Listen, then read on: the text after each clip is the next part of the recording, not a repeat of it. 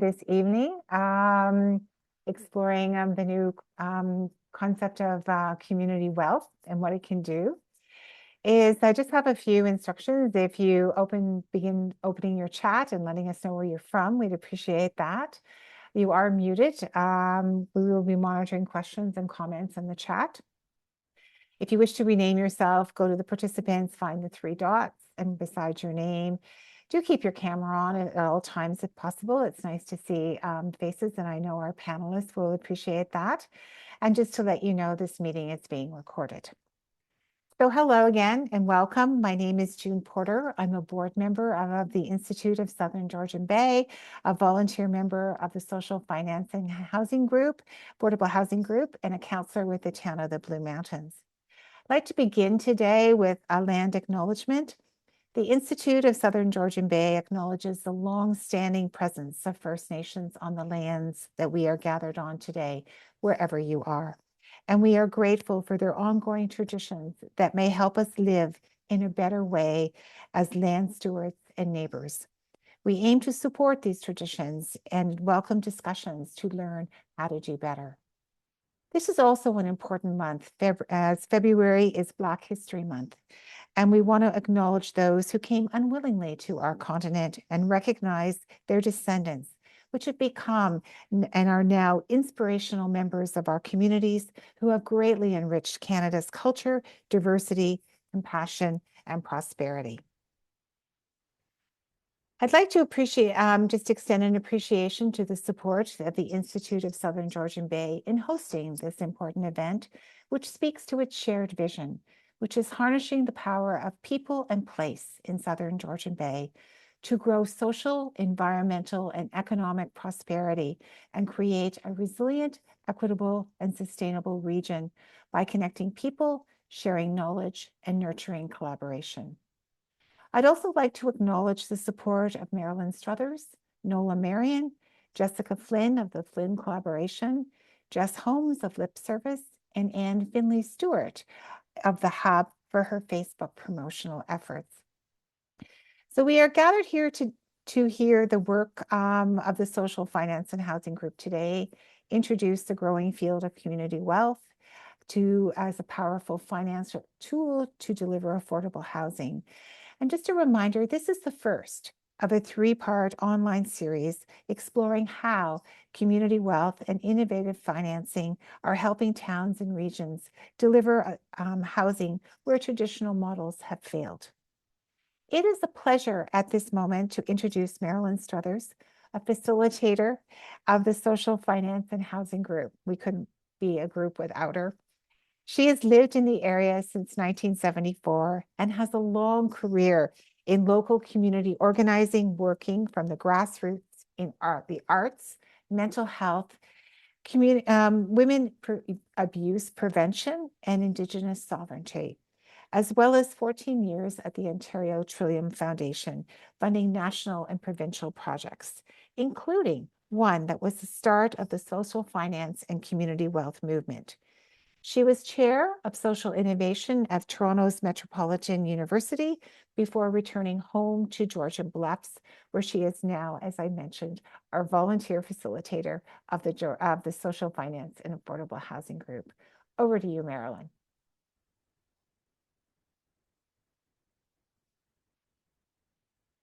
You're muted there. One of my various co-hosts is muting and unmuting. Thanks so much for that introduction. I'm going to give you a lightning version of where we have been over the last 4 years, hosted by the Institute, but really as a wide-ranging community network of people that are interested in housing. And I'll just show my slides if I can be successful at doing this. You can see those all right? Somebody give me a thumbs up. Good, thank you very much. So the Social Finance and Housing Group is a cross-sectoral group. We're all volunteers, local government, community organizations, businesses, philanthropy, concerned people. We're an open group learning our way towards solutions for the shortage of affordable housing in our communities. Our membership rule is simple. If your eyes light up, you're in. We've been working for nearly 4 years now to understand the housing crisis and its impact on our economies and our people. We have 6 local working groups in communities, as well as the regional network, looking at what we can do right here. And as Stuart Reid, you'll hear from a little bit later on, says, nobody's coming to save us. This one is up to us. As a region of many small communities, we are not high priority for national and provincial governments. In 2025, we put our learning into a strategy we call the whole community approach to affordable housing. It's a package of local elements, and now we're starting to build not houses, but the components in an ecosystem that will create more affordable housing. If I can figure out how to advance my slides, there we go. The lack of affordable housing, from our point of view, is a systems problem. It evolved in the context of the economy and upper levels of government. The span between wages and housing costs has widened immensely. And you can look across our landscape and see that the old system clearly works still for some, but for lower income workers, particularly those in retail, tourism, hospitality, healthcare, manufacturing, not so much. Workers earning the lower half of a municipality's median income are key to the success of much of our local economy, but our housing stock has grown out of their reach. And this then is a problem for all of us. The thing about a system is it will only ever achieve the outcomes it was built to achieve. If we change the system, we change the outcomes. The lack of affordable housing in Canada really pivots on this idea that we've had a long time benchmark of 30% of gross income to be spent on all housing costs. This slide, which is built by Liz Buckton, with us from Grey County, a member of our group who's here tonight, shows how with a bit of math, we can link a community's median income to the affordability thresholds of the working people there and the prevailing rates of rent. In this particular town, you can see that almost half of the population are renters. And then there's about $1,000 a month gap between the 30% affordability rate and housing costs. And so this is a couple of years old, so it's probably a bit more now.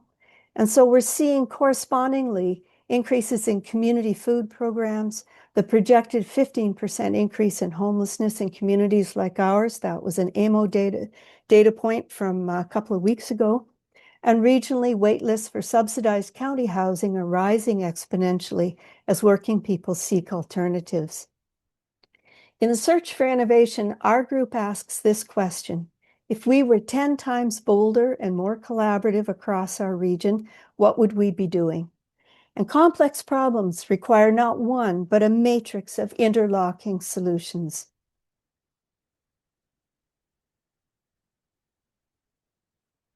So here's the first solution that we're working on. Non-market housing is a new term for traditional housing role that nonprofits, charities, churches, and co-ops have played for years. Many groups here have built affordable housing in the past using the usual sources of grants and donations. If we are able to expand the capacity of this wedge of housing in our local communities, we not only take the profit out of unit costs, even better, we create assets that remain in community ownership with a long-term commitment to affordability by mission rather than by market. Unsubsidized, or what is sometimes called more moderately affordable units for working families, were once predominantly held by market developers, but the market has shifted. If your main motive, quite legitimately, is profit, there may be better fish to fry. Moderately affordable housing is now being developed or acquired by non-market actors. Sometimes they're creating healthy mixed communities by blending some subsidized units with these lower income commercial units. Non-market housing development capacity is a key capacity that we have the opportunity to renew and support in our communities. 2 years ago, we thought we were inventing this solution, but now we understand stand ourselves as part of a dynamic group of communities working on this strategy, because housing people affordably is good for communities.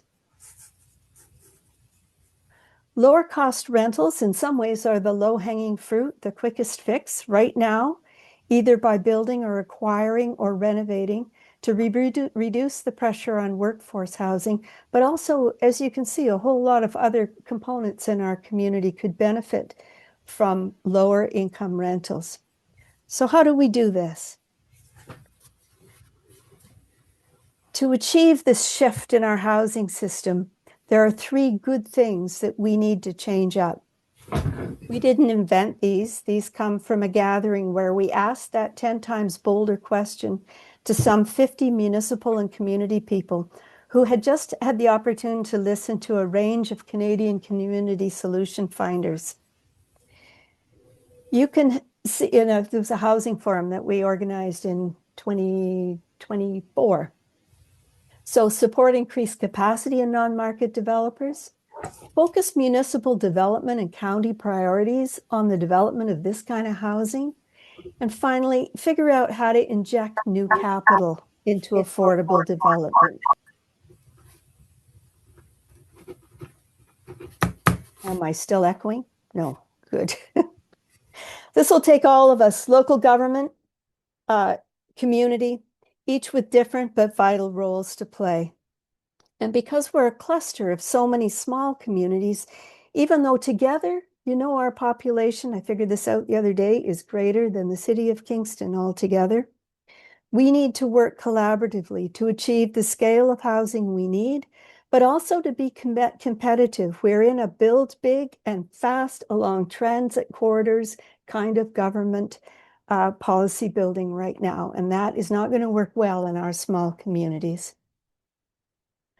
So you can see the who does what roadmap that we're working through. This changes periodically as we learn more and other organizations step forward. But as someone in our group said as recently as a year ago, we have to build some stuff. Our housing system works the way it does, not only because of current economic conditions, but because the usual tools don't enable new ways of working for our current environment that create more affordability. There's been a narrative shift. The old story that market development will naturally adjust to meet demand is only working for a few amongst us. What is emerging is a new story. Communities are learning to invest in themselves, ourselves, in ways that retain and circulate wealth that both meet community need and ensure that something as basic as housing is available to everyone. And so our communities have started to build stuff. And you'll see this on this landscape, the current housing system, and these pieces that we really are looking at as additional components in the housing system that we have now. And you're going to hear about each one of those over the course of the three event series. So do stay tuned on that. But tonight we're going to focus on community wealth. And this strategy is being developed by our monthly finance circle meetup. Actually meets tomorrow. But tonight we invite you to learn with us all about how communities are rethinking wealth as a strategy for sustainability and well-being. 4 years ago, our group asked ourselves, how do we lend, spend, and invest to create the communities we want to live in? Tonight, we invite you to learn alongside as we have the privilege from hearing from two of the people who really are at the center of this big shift in understanding and how Canadian communities can leverage community wealth. Back over to you, June. Thank you, Marilyn. Appreciate that. So we're very fortunate to have two outstanding Canadians with us tonight. First is going to be Victor Beausoleil, who is CEO of Intuit Consulting and the founder and executive director of the Social Economy through Social Inclusion Coalition. Victor is a prominent Canadian community leader social entrepreneur, and author recognized for his extensive work in youth justice, equity, and community economic development. Victor made an early impact when, at the age of 24, he co-founded Redemption Reintegration Services, which grew into one of Canada's largest youth-led justice agencies. In 2013, he was appointed to the Premier Council on Youth Opportunities by the then Ontario Premier Kathleen Wynne. He holds a staggering number of leadership positions, including board president, Canadian Community Economic Development Network, board chair of Tribe Network, co-founder, Canadian Centre for Nonprofit Digital Resilience, advisor, director involved in groups such as Social Value Canada, the Fair Finance Fund, and the Canadian Employee Ownership Coalition. In the areas of advocacy and expertise, he's traveled globally across the Canada, US, UK, and Africa as a speaker for philanthropic foundations and community organizations. He's an equity advocate for nearly 2 decades. He has worked within equity-seeking communities, focusing on social investment, financial resilience, and correctional services reform. He's also a prolific writer with 13 books to his name. His work has been featured in major Canadian publications, including the Toronto Star, National Post, and Caribbean Camera. Beyond his professional life, he is a husband and father of 4. We also have Julia Grady, our second panelist. She is the executive director and co-founder of 10C Shared Space, which is a Guelph-based nonprofit change-making hub that is proudly celebrating 15 years.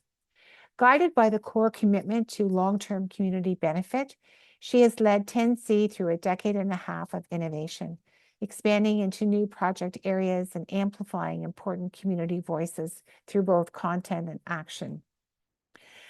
Above all, she is passionate about people and community building, about demonstrating the transformative potential of social finance and social enterprise, as 10C continues to explore locally relevant change-making initiatives. A very warm welcome to you both. And Victor, I'm going to ask you to lead off. Thank you so much. I greatly appreciate your leadership and the remarkable work that your working group and your community practice is facilitating. I always start all things by giving thanks to the original stewards of the various lands we're on.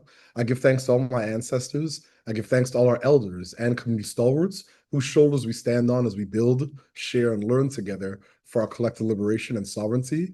My name is Victor Beausoleil. As mentioned before, I come to you by the seat of Eustace Beausoleil and the waters of Gloria Beausoleil.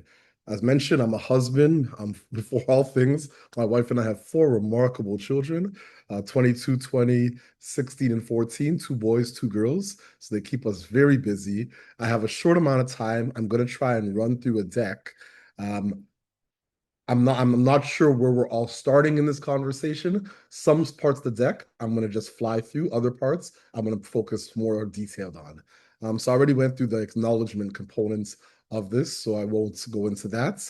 And I'm pretty sure most of us know all about social innovation, but I'm just going to mention that social innovation is about new solutions. And a lot of times in my work across the world, literally, I find that rural communities and the global south know social innovation better than anyone. Because in rural communities in the global south, social innovation sometimes is about life and death. And I think a lot of times we take for granted that in some spaces, social innovation is a conversation, very theoretical. I won't go through this too much.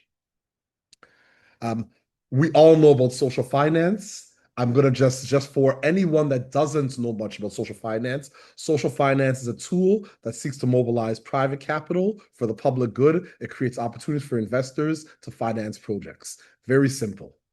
There's demand side actors and there's supply side actors. Very simple. The demand side actors are nonprofits, charities, social purpose organizations. Supply side actors, philanthropic foundations, institutions, pension funds, list goes on. SETC as an organization has been attached to the Social Finance Fund since the Fall Economic Statement of 2018. I've had the honor and privilege of being able to engage multiple ministers since this file was developed. Originally, Yves Duclos, then MP Ahmed Hussein from the riding that SETC was founded, York Southwestern, then MP Karina Gould, and then MP Janet Sudds. So whenever a new minister came and took over the portfolio of the Social Finance Fund, a few very specific stakeholders were engaged to say, hey, can you meet with the minister? And usually the African Canadian person would be me, and the Indigenous person would be my brother Jeff Sear from Raven Indigenous Capital. So multiple times we were able to be part of almost a welcoming or orientation for multiple ministers around this fund. The fund was a very simple model. $755 million deployed, a framework through ESDC to 3 wholesalers, Cap Finance, Rally Assets or Realized Capital, Bowen Social Impact. That capital flows from the wholesalers to social finance intermediaries, and from social finance intermediaries to SPOs, social purpose organizations on the ground. A very straightforward model. This was part of a larger strategy called the Social Innovation and Social Finance Strategy, which had 3 pillars: an investment readiness program, which is a $50 million fund, a social innovation advisory council, and a social finance fund. The reason why this is important is because a lot of times without a story, there's no data. Without data, there's no story. So right now, there's over 170,000 charities and nonprofits in Canada, 25,000 social enterprises, employs literally 580,000 people, and contributes about $30 billion to the Canadian GDP, which is around $3 trillion. The reason why I'm giving you these numbers is because I don't want anyone to leave saying, well, he kind of skipped over what social finance is and went straight to housing and some of the solutions and some of the challenges. These are some of the original stakeholders that were involved in the investment readiness program. Not important, but once again, we can share the deck after this presentation. And I know that on the agenda, I have a finite amount of time. That's why I'm flying through the deck, because there's some points that I really want to get to. But I do want to set a baseline. So why community wealth and why now? So the old reality from 2015 to 2024, nonprofits were dependent on single source government capital, banks unwilling to finance pre-construction, land loss to speculative buyers, and affordability loss at a time of resale.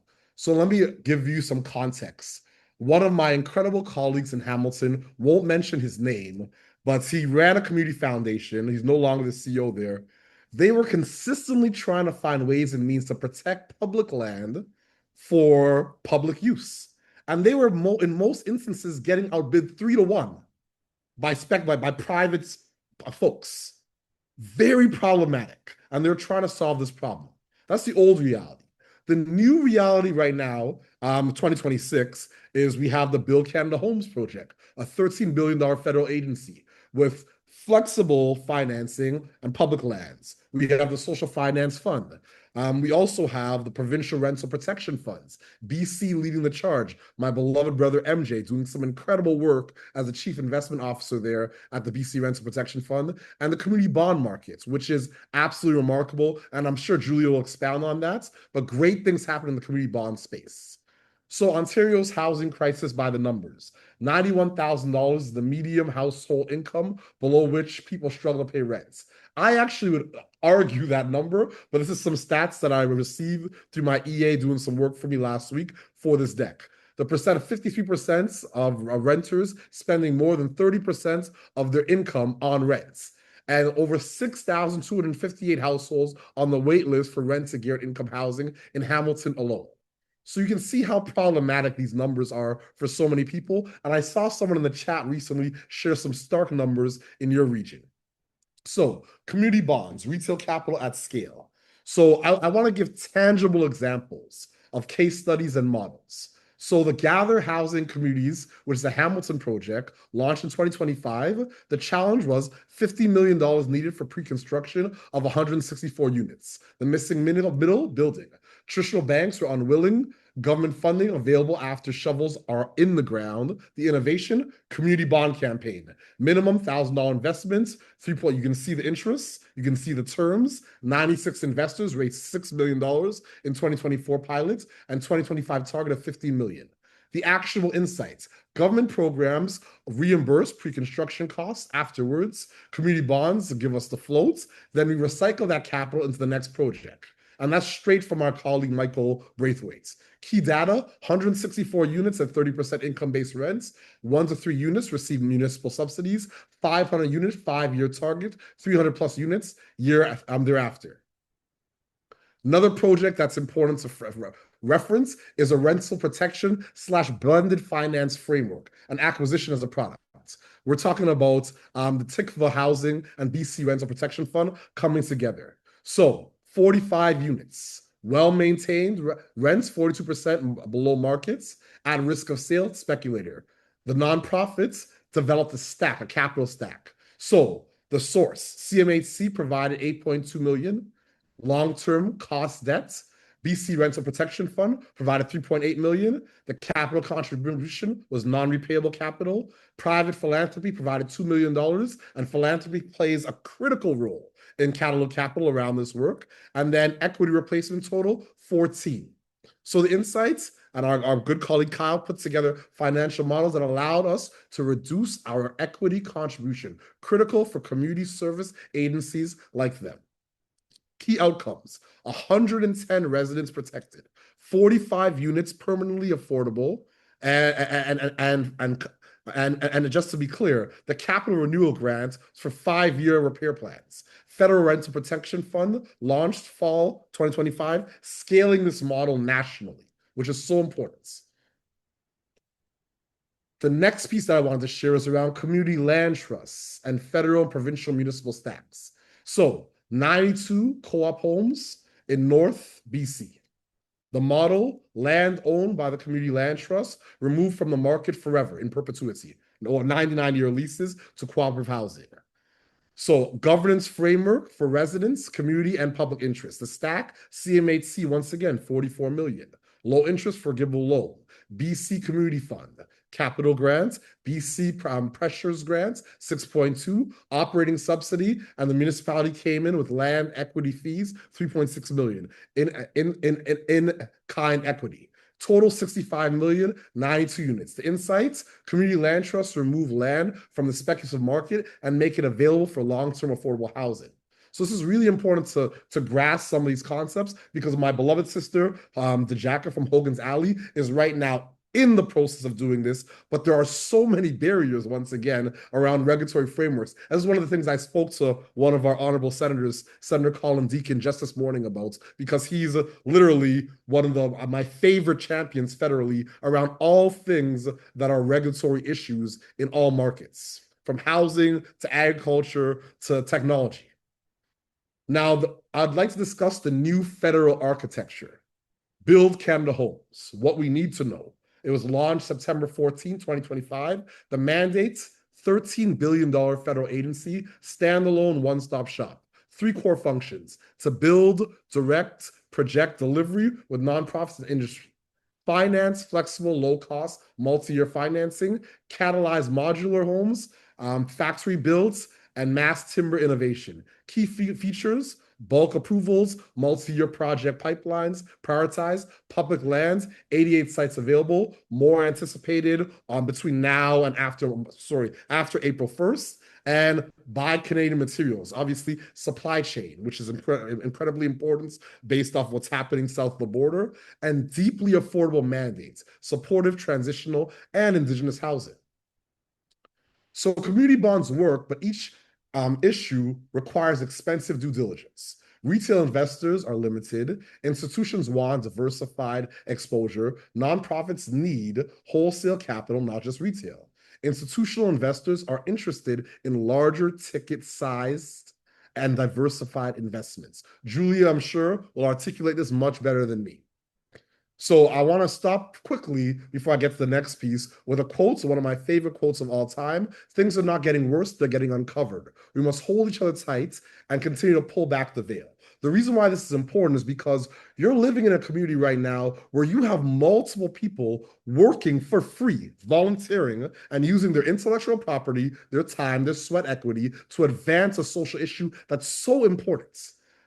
You have to really think about how powerful this is, and that is. So I'm going to continue on because I'm almost done. I promise I'll stick to time. I'm trying to fly through. So beyond grants, the financial toolkits.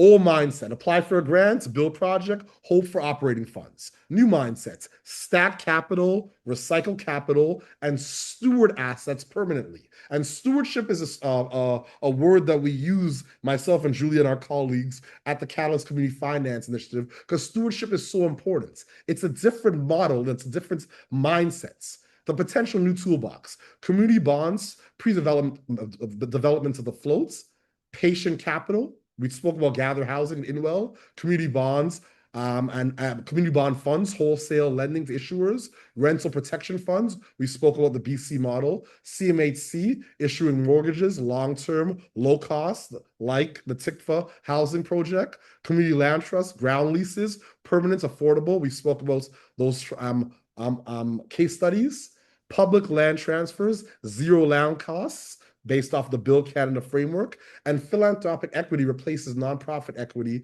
in that TICFA model, the $2 million donation or contribution. And last but not least, the Social Finance Fund, that $755 million fund announced in the Fall Economic Statement of 2018 as an anchor investment, ideally investing in social finance intermediaries or SFIs rooted in equity and social justice, which is so important because if we don't hold these government programs to account, we won't find ways and means to be able to really make an impact. And there's a huge difference between outputs and outcomes.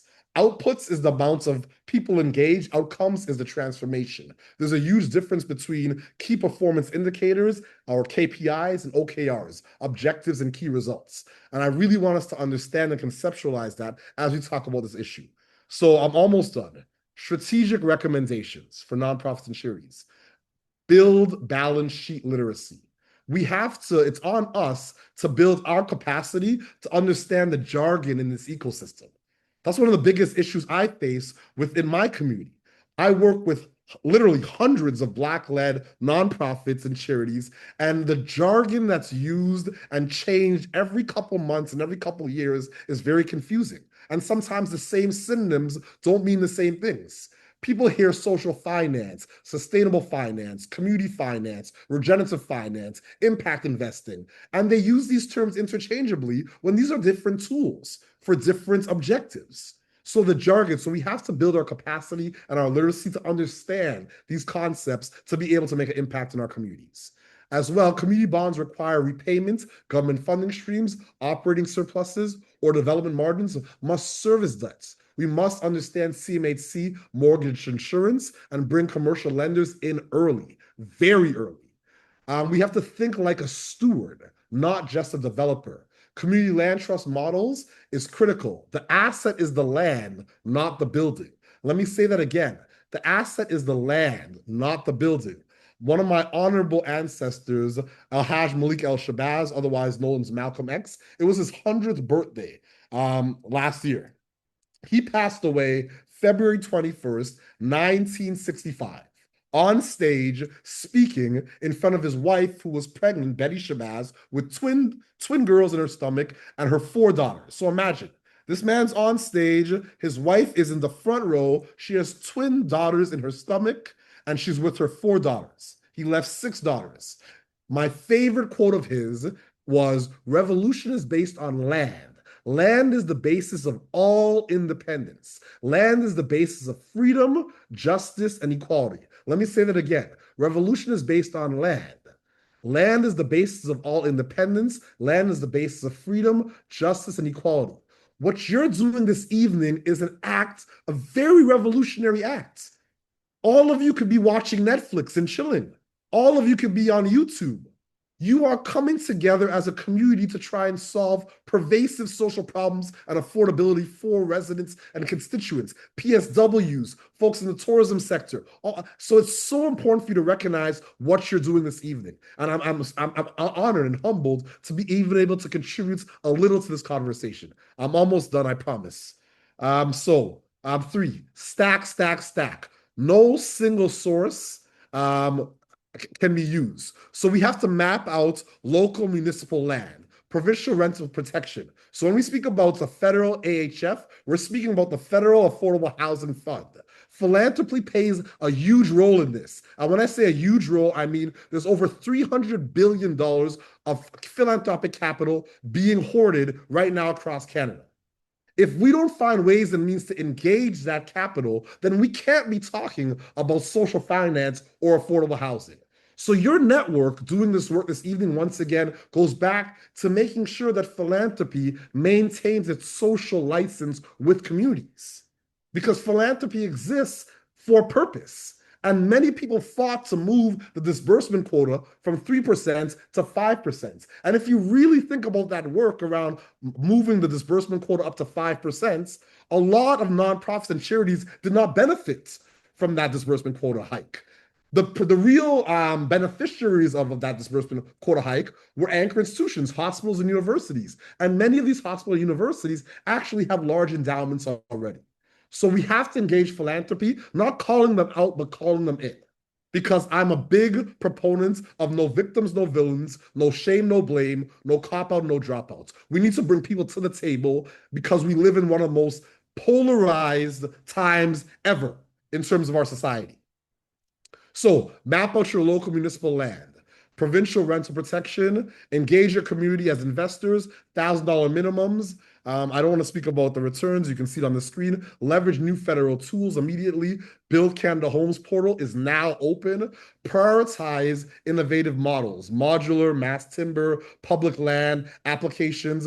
Collaborate with intermediaries. So important. Tapestry, 10C. 10C is right here. Julia is probably one of the most remarkable leaders in our nation as it relates to community bonds. The work that she is doing, not just in community bonds, but also the impact guarantee work, is phenomenal, innovative, but also practical and prudent. So I really want folks to don't see Julia as just like, Julia is a rock star.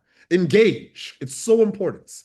And then engage the social finance fund wholesalers. We have to hold these folks to account. We are the shareholders of these three large wholesalers. Cap Finance, Rally Assets, Realized Capital, and Bowen Social Impact are financed and resourced with our tax dollars.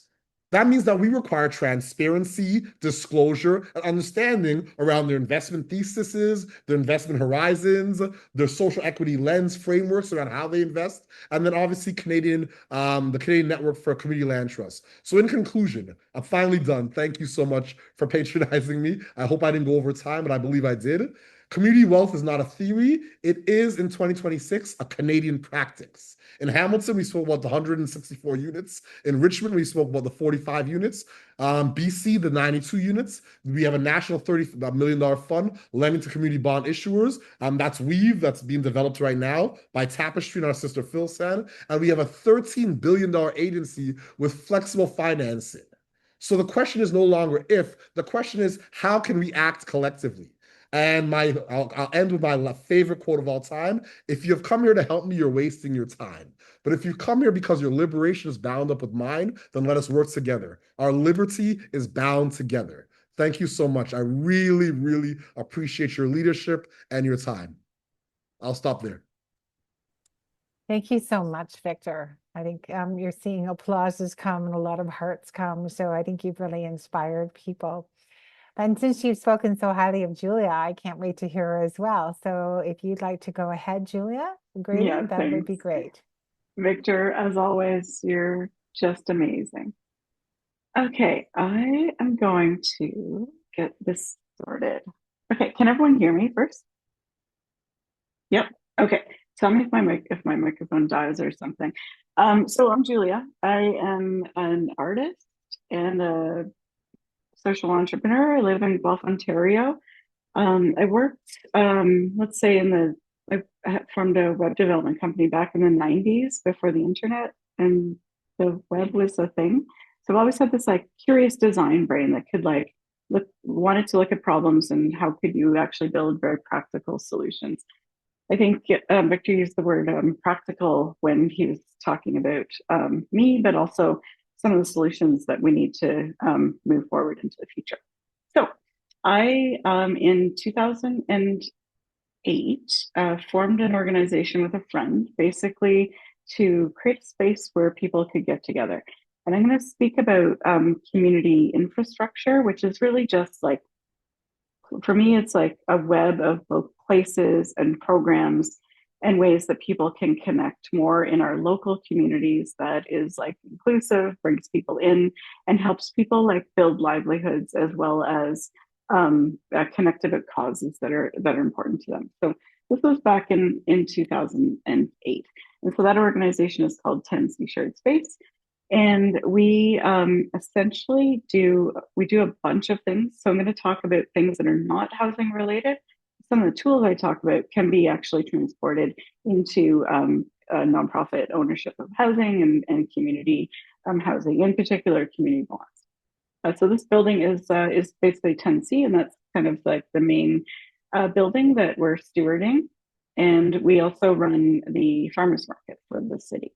And the themes I'm going to tie together, my slide is not moving, but now it is, are really that it is essentially up to us as community members and the existing nonprofit sector and the new nonprofits that are going to need to form to really continue to grow and invest in place and find and use the existing tools of the for-profit sector, but as well create our own tools that are actually more resilient and can bring more community members in. So 10C kind of focuses on placemaking. There's three kind of themes: placemaking, people, obviously bringing people together is super important, and then programming. We offer a ton of different programs, and I'm not going to talk about all the programs. I'm mostly going to talk about the place because that unlocks a bit of the community bond conversation. And trust, capacity, and engagement. Those are like the central things. And I think for anyone considering raising community capital, like trust and engagement is really the main thing you need to move forward. So I'm going to be here to essentially spark some possibilities. 10C we're about 18 years old this year, and I firmly believe that the future is community led. I think all around us we see the government systems. Government is not able to offer the types of community services as well as the type of social infrastructure that our communities need that can benefit us all and support our livelihoods. And I see this like on a day-to-day basis in the streets of Guelph. It's at many times horrifying to see how we've outsourced care. We don't have enough funding and organizations to support, and all across different systems, the wires are crossed that prevent actual action from taking place. So from 10C's perspective, we tend to look at community engagement, placemaking, which is like the creation and support of places, whether they're buildings, shared farming land on urban land, or other types of projects that are like based in place. And sustainable food systems is a big piece. Obviously, we're talking about housing, and in Canada's basic needs, obviously housing is first, and food for some people needs to be a choice. And it sounds almost ridiculous to say that families are choosing between housing and food when all of those should be our basic human rights in Canada. And so some of our work centers on sustainable food systems, in particular local, and how we can support local and regional farmers. Social enterprise is really our MO. We formed as a social enterprise in call it the Harper regime of time, when there wasn't any funding for these new types of organizations, and or some of the, like, we'll call them ecosystem development organizations. And then community finance. So I'm going to talk a bunch about that. So this is our place. Marilyn asked me to talk about what helps community members get sparked by this idea.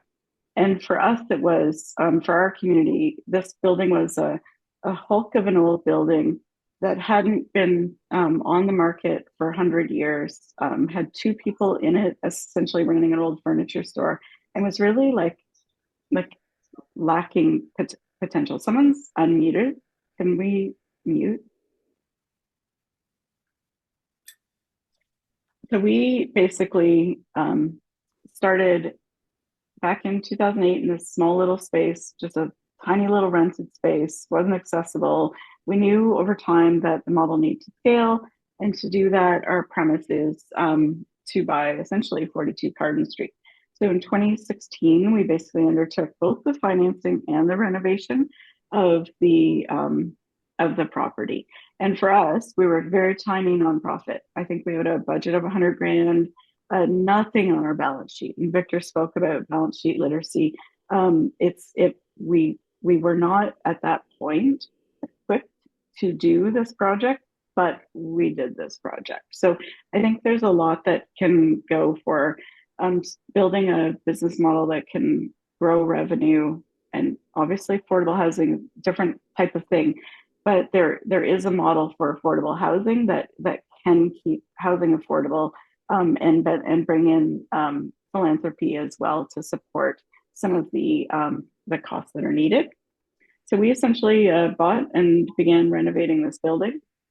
When we first started, this was our little space. Essentially, it was one room on Carden Street, and we had tons and tons of community conversations, built a membership, a whole all of the, we'll call it all the change-making organizations in Guelph at that time used the space. It was like open, accessible, and there was a light revenue model, let's say, that could keep the organization going. And our main premise was, if we're all not like paying for the services of this open building, we won't have the building. So it really was on like collective engagement to move some of the things forward. This is a bit of a look of the property in its earliest stage. This is like probably June of like 2 months into getting the keys. We embarked on the fundraising at the same time as basically owning the property. Our property has since become, it's 15,000 square feet, so pretty fully activated. We've got tons of things that happen here, including a shared commercial kitchen, hundreds of members, mix of office and co-working, as well as tons and tons of event space. And in the process, this was back in 2016. So the Social Finance Fund was still in its like early kind of dialogue and gathering momentum. So there weren't necessarily wholesalers that could be investing in these projects. And we went to Community First to look at putting capital into the community bonds. That was wildly successful. It got us all the way through renovations, when we've gone through 2 renewals of the community bond. Typically, community bonds are for 5-year terms. And so we've gone through 2 renewal cycles, which is amazing. And the picture down below is essentially an investor meeting. So come to an open construction site and learn about what this organization is trying to take on with community investment. Along the way of construction, we had some private financing to support the purchase of the initial hulk of the building, and then we raised community bonds to support the renovations. Once we got substantially through construction, we moved the private mortgage to essentially Vancity Community Investment Bank. And we bank with Meridian, but it was a little bit, I'm going to say a little bit too early for Meridian at that time. So Vancity looked at the project. They thought it was a great project, and we became their like 0001 commercial real estate project, and also set a precedent for how Schedule 1 banks could allow the equity of community bond investors to be treated as equity, because it is essentially all debt. So there's a first mortgage that's in first position, and then there's all of the community lenders that are grouped on essentially a second mortgage. And at the time, there weren't really a lot of precedents for it. So there is a precedent now for Schedule 1 banks to treat that community investment essentially as equity. And further, Anastasia, who was our banker at that time, one of the things she talked about in a public session a few months ago was that the bank then began talking to projects about getting community investment first as a way to actually offset some of the risk of the financial institution. Along the way, Tennessee mentored Habitat for Humanity and Wealth, and Habitat works with Meridian, and it actually created a bit of, they understood and unlocked the community bond structure so that they could fund some of their development financing at a much less cost than what they were initially put with. So I firmly believe in sharing with the ecosystem to build the things. This is just like a beautiful scene of, we're starting a project. We don't fully know where it's going, but we're still going to do it. And then it's been 10 years. We have had about, like, we've on an annual basis, there's about 25,000 folks who use the space. In 2022, I'm going to just very quickly flash back. We took on the operations of the farmers market for the city of Guelph. And part of this notion of community organizations, I really believe the nonprofit management and stewardship of the assets in our community needs to go into the nonprofit sector at a much more rapid pace than it's ever been.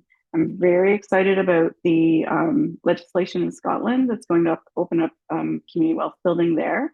And that work is happening already in Canada, and I think it needs to happen at like a greater pace. So for us, what happened in 2022, the city, let's say, probably was having some challenge. We were obviously in COVID. The city was having some challenges with the farmers market, and they put out just the question of, could another organization take this on? And we responded to essentially an expression of interest and became the permanent operators, or permanent, like in a 21-year agreement, but the operators of the farmers market, with the goal of adding more community activity to that place. And this is a property, it's about 11,000 square feet. It's a property we didn't have to finance. So city still owns the property, but we're the managers, and we have essentially a community benefit agreement with the municipality that then helps to govern that we run a weekly farmers market, and that will add value to the building through other programming that's benefiting community. And then all of that essentially happened because we took on a project that was at that time seeming bigger than us, and we opened the invitation to community members to come into it with us. And when I did about a year ago an investor conversation, it was like in person at Tennessee, and I thanked, there were about 30 of, we have about 150 investors, and about 35 to 40 were there, and thank them for contributing to the project. And one of our investors turned that around and said, well, thank you, Tennessee, because now I can see that there's like a possibility to actually invest in my community. And on the community investment side, the capital is there. Like, the capital is there. People are happy with fair returns of, like, say, 2.5% to 5%. The capital is there for that. And those investors can also then participate in the change that they need to see in their communities. So I'm going to do a very, very quick, this is what our bonds look like in the series. So there's a few different series, and this is really by the way that the nature of our raise happened kind of over time in a very unknown context. But basically, we set a minimum of $1,000 in Series C, and then there's some series that have minimums of like 50,000, and a good average minimum is like 5 or 10,000. But in Series C, we wanted the minimum to be very accessible to everyone. So whether this is like your first investment and you weren't even investing in anything else, we have had a lot of people come into that because it gave them a way to participate, and they were happy to park their money there for a fairly nominal return. And our returns, someone called them like counter-cyclical, and I'm going to blank on the other word, but basically they stay pretty constant. So through the interest crisis of emerging out of COVID, our bonds stayed the same. And then during COVID, when no one was paying interest on anything, we were still paying investors 2.5% to 5% on their investment. So it gives a long, steady stream way to help community members invest. And like I said, we have 152 community investors. Those are made up of individuals, some nonprofits, some businesses, and then the University of Guelph, and some community foundations and some other foundations. So there's a way for nearly every type of investor to participate in community bonds at whatever scale makes the most sense to them. And a big piece that I'm very proud of is that since 2016, we've consistently generated revenue that can pay the interest that's owed on these bonds. So we talked obviously about servicing the financing, and our community bond interest payments are around $100,000 of money that goes out directly into community members. And that money most likely stays better placed in community. And a quick average is about $18,000 is the average amount that community investors are investing, going from like 1,000 to 185,000. And community bonds in general, I can have a whole separate call with anyone who's interested. Can only be offered by nonprofits or charities or non-share co-ops. And the structure is there and it's available for those organizations to use. And I do lots of work, obviously, that Victor talked about across the social finance landscape. We're working on a fund called Harvest Impact, which would be a community lending fund that invests in local entrepreneurs, because obviously property and housing is an issue, but access to capital to start property when you don't have generational wealth behind you, and or you are facing any form of barriers, is a massive issue that's actually impacting both livelihoods and quality of life for people, as well as like creating like really exclusive, fairly terrifying environment that also community finance and community investing is geared to solve for. And so I'm going to end it there, and happy for what's next.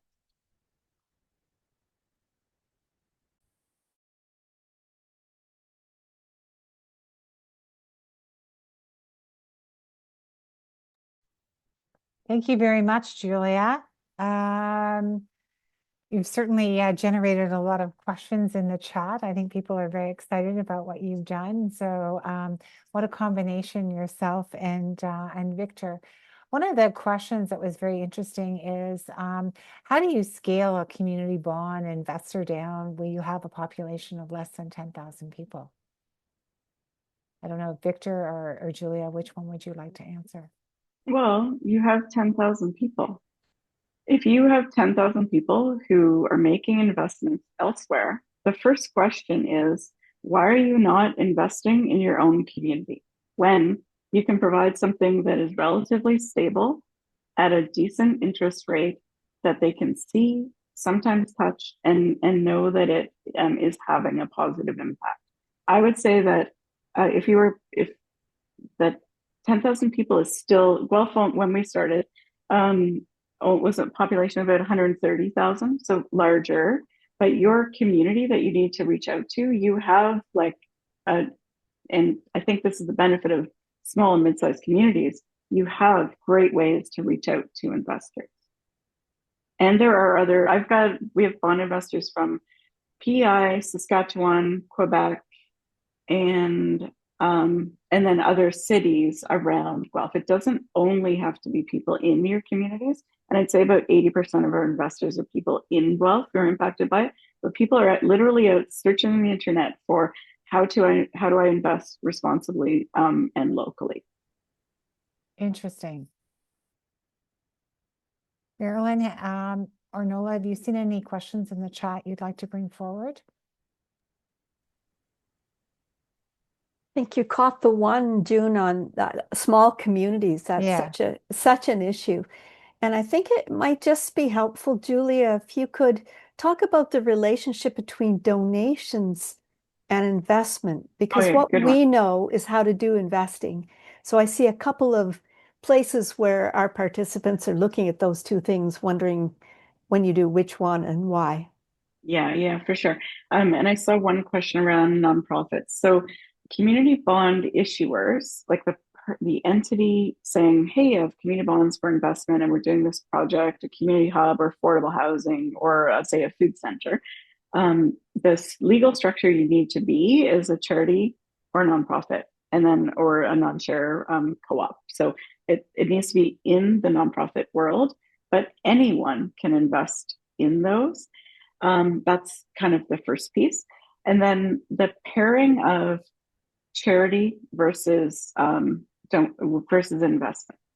When Tensi started, we were we still are straight on nonprofit, so we didn't have capacity to issue charitable tax receipts.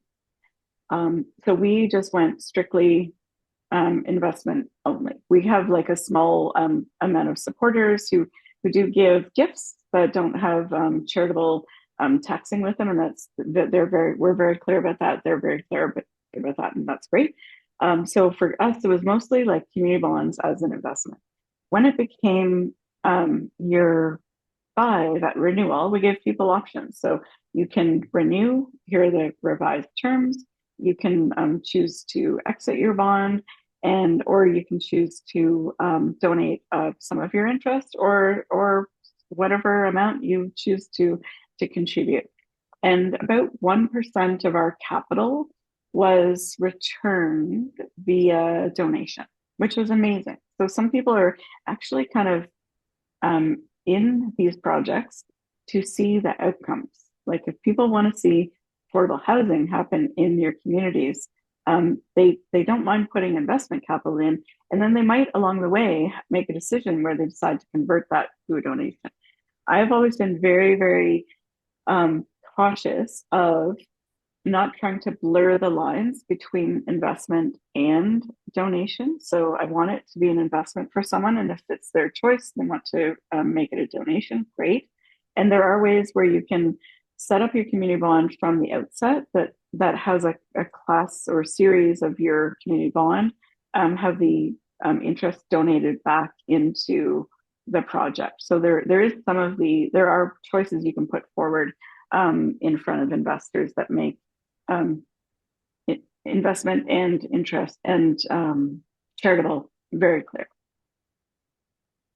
It's all very exciting. Thank you so much.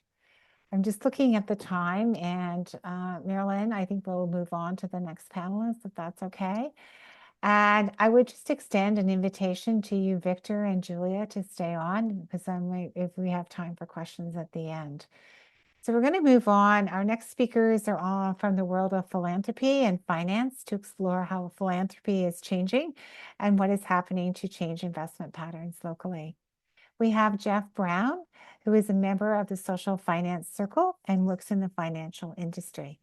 Jeff grew up on a dairy farm just outside of Ayr, Ontario, and graduated from Wilfrid Laurier University with a business degree. He moved to Owen Sound in 1999 for a work placement, and he's stayed here ever since. And he's established a career with commercial and agricultural financing for the last 28 years. He loves spending time with his wife, his 3 grown boys, and is an avid sports player and fan, and also enjoys cooking and baking. So I imagine Super Bowl and hockey on gold will be an exciting time at his house. Anyways, over to you, Jeff.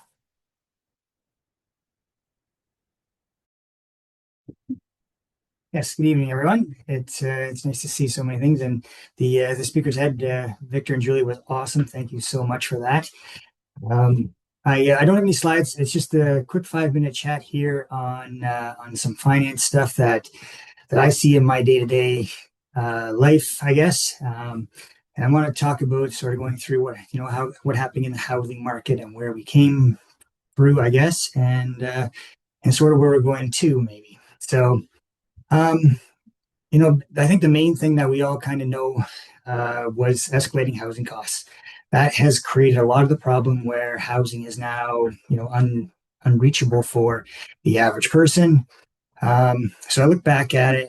So in 2017, the cost of building a house was around 150 to $200 per square foot, and in 2025, we've escalated that to 320 to 550 square feet. So if you look at that as just a standard 2,000 square foot home, that is about going from 400,000 to $1 million.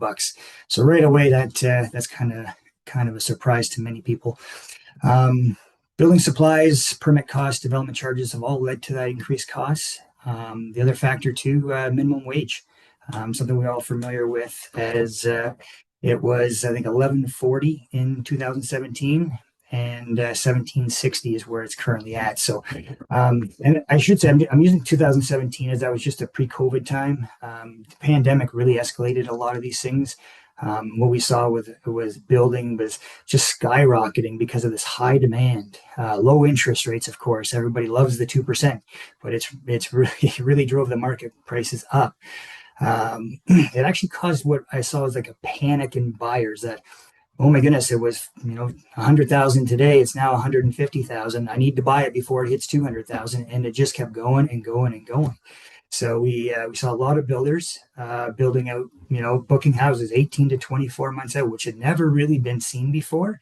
And then what ended up happening was they were buying that speculative land, as Victor mentioned, and so they would build these houses at these costs. And now, people, by the time they moved into them, the cost was the same, but the actual value of the house had shrunk. So a lot of those people, Victor mentioned about speculating land, they're underwater with that land that they had bought through the pandemic time. So now for affordable housing specifically, that really made it tough because builders didn't have the capacity to add affordable housing to their regime because they were already booked 2 years out with market value houses, and and essentially at those costs it just wasn't penciling out. So that caused a lot of our situation. Now, we want to all work together on this. So there has been, between traditional lenders, governments, municipalities, that sort of thing, have all kind of come together with a few options that have got us started. Of course, the ADUs, so municipalities are allowing for the additional dwelling units, which meant that banks had to come up with a product for that because it's a special lending thing. So they've done that. So that was kind of nice, and a nice collaborative approach, I think. And some municipalities, I guess, are giving tax breaks or reduced development charges for developments that have affordable units. So again, municipalities know the value of these things and they know the housing costs, so they are working towards it.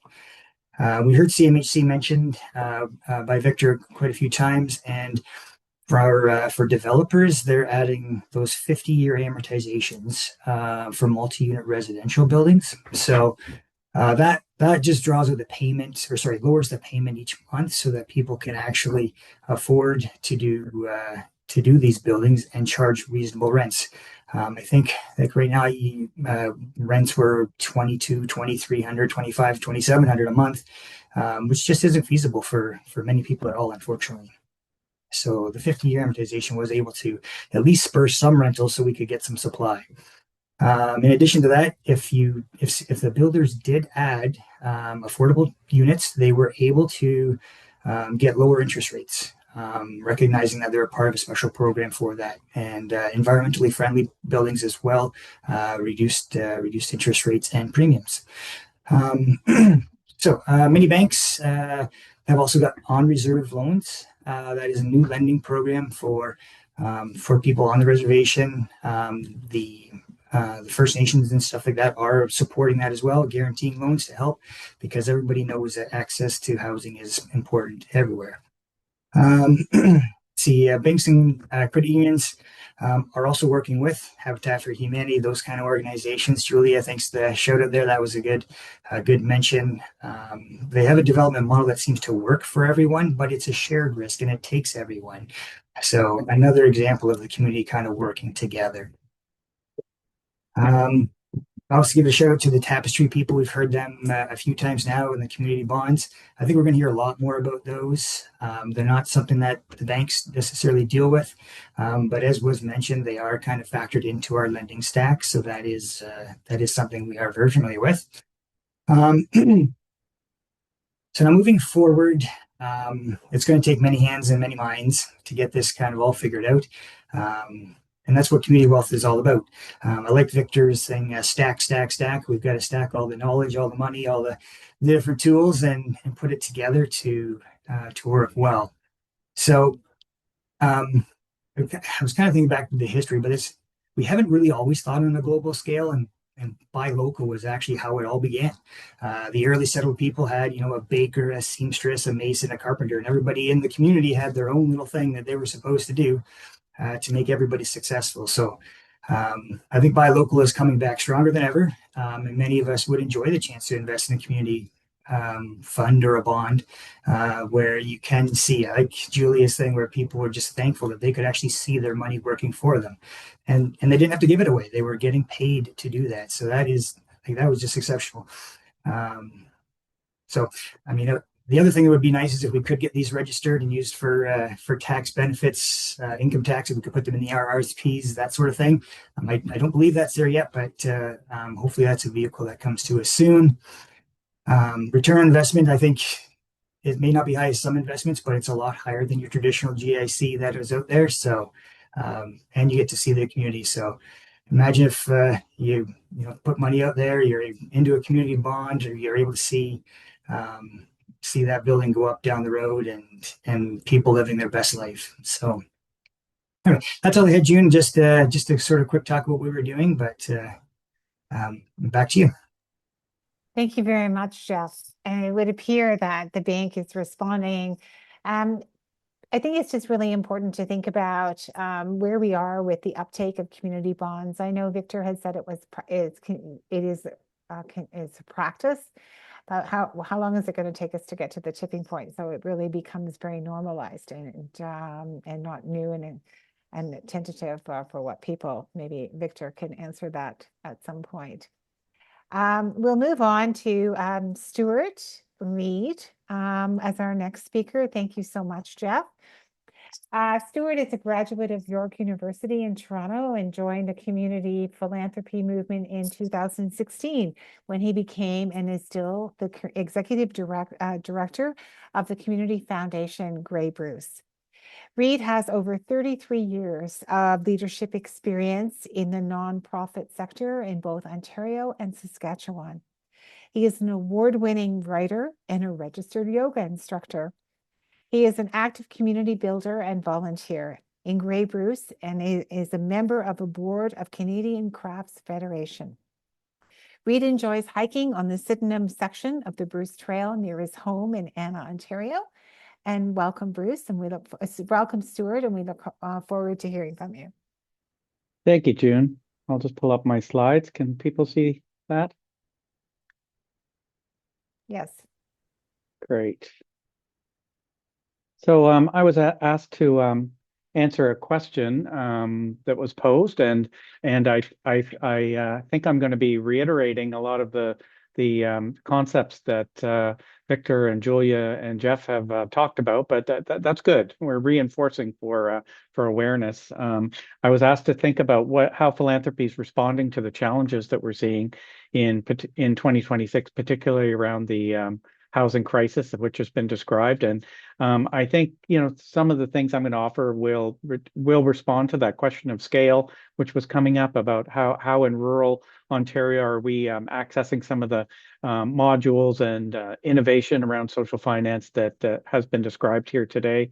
If I were to encapsulate, how we're shifting, I think philanthropic agencies like community foundations right across the country are being bolder.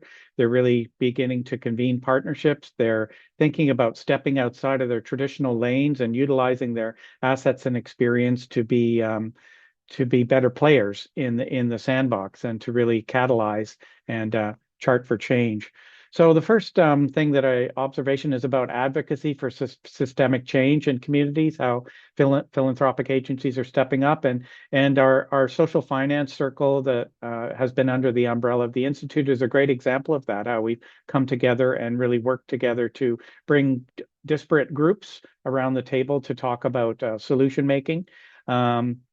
We've also begun to really be a proponent for community wealth building, and that's a great part what we're here to talk about tonight. Foundations across the country are investing in research and advocacy for policies around rent protection, non-market housing, and strengthening renter rights as well. We're also kind of, as I mentioned, convening or setting the table for more collaboration around housing policy and production. And it's really important for us as a non-governmental actor to be deeply engaged in implementing long-term housing solutions as a priority.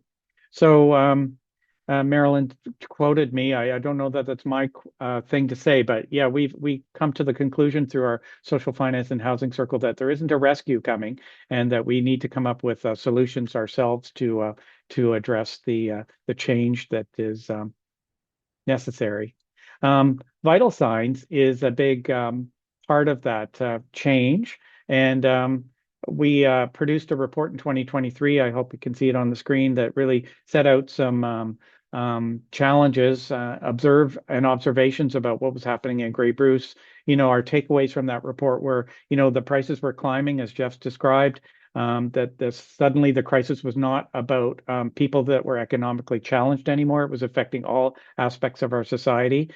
Supports for homelessness and people in housing precarity were inadequate to deal with the challenges.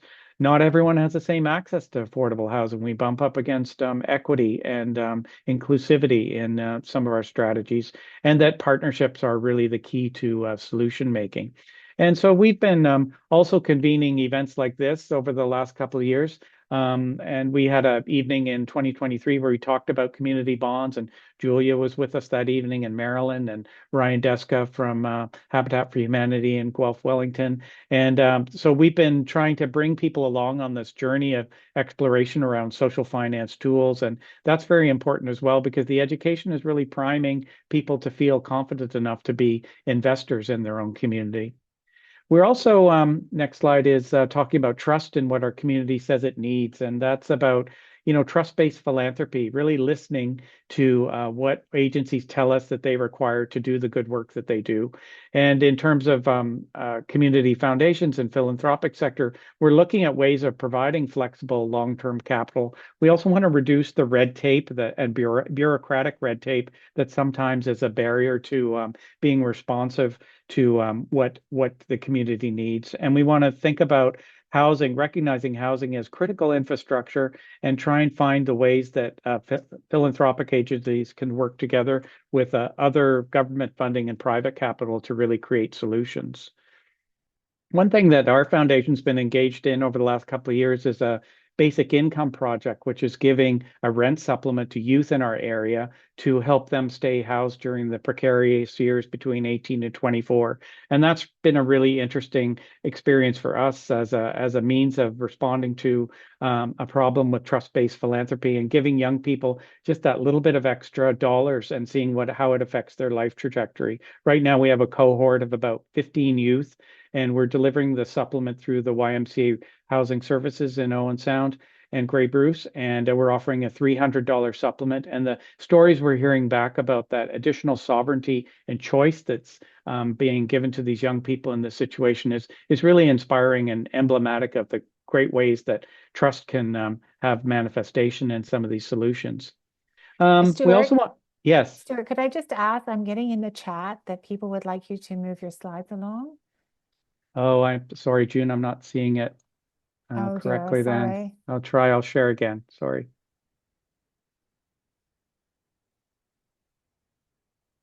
I've got two screens here and I was seeing them move. Hold on.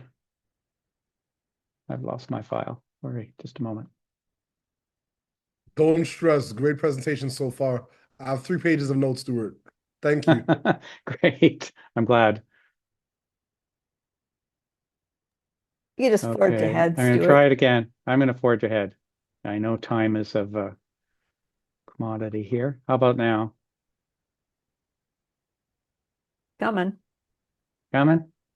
Okay. Can you advance it now? Yeah. Can you see the change? Yeah. Okay. Yep. I'm going to skip ahead to where I got to. And that's about investing in place-based solutions directly. Can you see that, Marilyn? Yep. Yep. Good. And that's about social impact investing and community bonds, a lot of the tools that we've been talking about.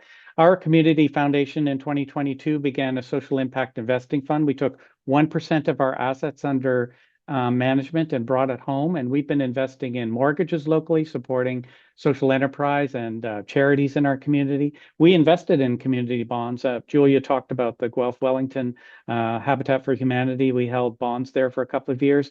And we're also lending to social enterprise across the region as well. So really opening up an opportunity to have impact here rather than just the global marketplace. And we're also trying to bridge the gaps for nonprofit and community-based housing projects. And I'm going to talk a little bit about a community development corporation we're incubating, but we are hearing again and again about the lack of support for some of the pre-construction costs, such as planning, land acquisition, and design. And so we're thinking about ways that we can provide, maybe a revolving capital fund that would address these concerns regionally, and how that might work under the Community Foundation umbrella or the Community Development Corp. Right now, we're working with AHI, Affordable Housing in Grey Highlands, flowing through donations that are going to support some of the pre-development costs on that initiative. If you're interested in that, you can visit our website and make a donation today to invest locally. Also, we're initiating collaborations and partnerships in new ways. That's the charge coming from Vital Signs. And our Community Development Corp is really hoping to do that through being catalytic and additive to the affordable housing field. So we want to be able to lead housing developments in terms of retaining existing housing stock, catalyzing new affordable housing developments, leading on community finance mechanisms by bringing those tools to other agencies that might be not-for-profit in the field of affordable housing starts. We want to be able to be a conduit for government funding and bring in expertise so that there's access to these other pools that we're hearing about today. And that might mean in our rural context, layering projects, stack, stack, stack. I'll borrow Victor's word, but also about stacking impact to be able to meet the thresholds for accessing some of the funds that are available from various sources. And also supporting a community of practice of non-market developers regionally as well, which we feel is very important to see instituted in Grey and Bruce. And it might also be, as we've heard that word stewardship, might mean operating and owning and managing long-term housing to ensure that availability for our community. And we're also looking at the long game and not the immediate win. And I think that that's something that community foundations and philanthropic agencies are that's in our wheelhouse. We're in it for the long game. So it means holding debt and becoming a player within a market where that long-term impact is very important.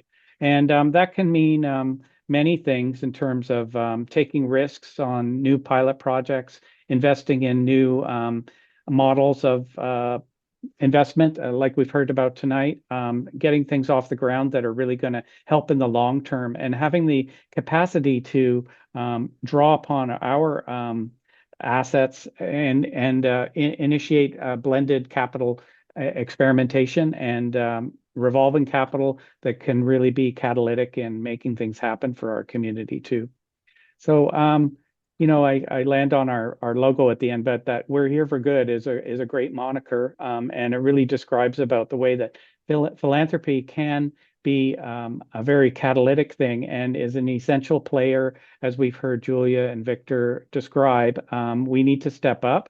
We need to kind of think differently about our model and be a little bit bolder in the way that we're being a player in the field. So I hope that that's kind of a good summation of some of the things we've heard this evening. Thank you so much, Stuart. Thank you, Jeff and Stuart and Julia and Victor. We have a couple of just probably a 1 minute if there is a pressing question, someone to ask. There is so many. As always, we always run out of time. Our speakers are very inspiring and really have people's creative brains at work. I thought Julia, though, put a really good idea. If I don't see a pressing question, just a minute, let me see here. We've had a repeating one. How did you finance the subsidy? I'm not sure if that's for you, Stuart. The subsidy, I'm not sure what they're referring to there. Tara I think it's the rental subsidy, Stuart. rental, You're not just $300 a housing. month. Right. Well, that was a collaboration with some donors, private donors. We also were in partnership with some other philanthropic agencies, such as the Laidlaw Foundation, who came to us and really Oh, right. instigated that project. So we were very grateful for that opportunity and inspiration from Jamie Laidlaw in particular. Laidlaw Foundation, it rings a bell because Victor has been involved in that in the past. It seems like this is a very tight-knit community of people in this sphere. I just would like to say, because it is 5:58, in closing, I'd like to express a sincere thank you from all of us to our speakers, Victor, Julia, Jeff, and Jess Stewart. I know you have challenged our personal and professional paradigms, what we think about investing. And you haven't just challenged us to explore the art of the possible, but it's really the art of the stack. It sort of reminded me of that game where you try to stack things up to get them to work. So I think it's really brings that a different lens and how finance can work in that way. We're so grateful to those of you who've been online. The chat has been extremely busy, including Julia's mentioning the potential to do a survey in our communities to see if there's interest in a community bond and what would make people want to invest in something. It's always better to have that knowledge before the opportunity presents itself or create some information if there's education required. So I would like to also just make a note that the second event of our three-part online series will explore community finance tools and wealth sharing strategies designed to help nonprofits and charities create more affordable non-market housing. So save the date. It is March 11th, same time, 4:30 to 6 p.m. And sign up for the Institute's newsletter and watch social media so you won't miss it. Thank you and good night. Thanks, everyone. Thank you.